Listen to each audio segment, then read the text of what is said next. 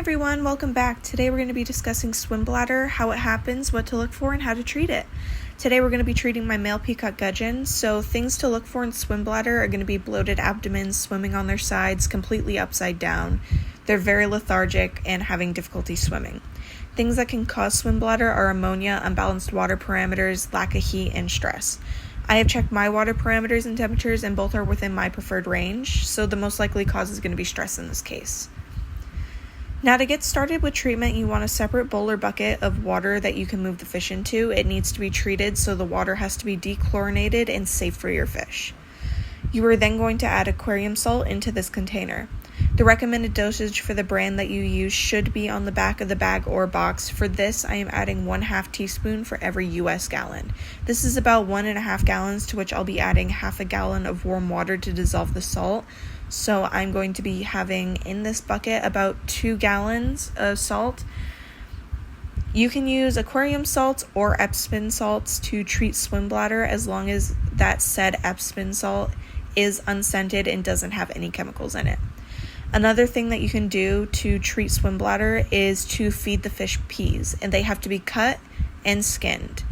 This is great for swim bladder, and it is my go-to whenever any of my fish get swim bladder or I'm treating a fish that has swim bladder. So peas are usually my go-to, but when I found this guy, his mouth was stuck open and he wasn't interested in food, so this was my next step in treatment. I believe this guy probably ran into the glass and gave himself a concussion chasing off a fish from his cave or something, because mouth being stuck open is very common in fish that have concussions. So when you treat with salts, you need to make sure that you don't leave the fish in there for too long, and you will have to closely monitor the fish because, again, these are freshwater fish, not saltwater fish. So they're not used to being in salt. This is just called a salt bath. So we're going to go ahead and start stirring the Epsom salts or aquarium salts, whatever you're using, into the water. You need to make sure that your hands are clean and that they don't have any soap residue on them. That is a very important step. So when stirring this in, I'm just feeling around to make sure that there aren't any salt clumps in there and that it's all dissolved into the warm water. The next step in this is going to be putting the fish that's in its separate container into the water and just letting him float there for a couple seconds. You're going to push down the container so that a little bit of the salt water goes into the container so that you don't shock him just dumping him straight into the salt water. So we're going to go ahead and let him go in here after I check the temperatures.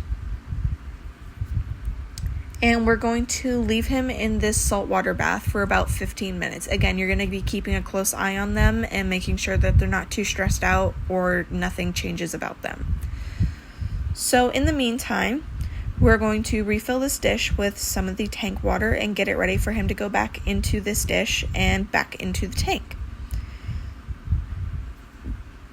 This is going to be a pretty important step, so let's go ahead and fill this back up. So because he's in a separate container, I'm going to go over to the aerated part of the tank and get some oxygenated water. And we're going to go ahead and set this back down by the fish. And we're going to go ahead and we're going to jump ahead 15 minutes into the future because nobody wants to sit here and watch a fish for 15 minutes being in salt water.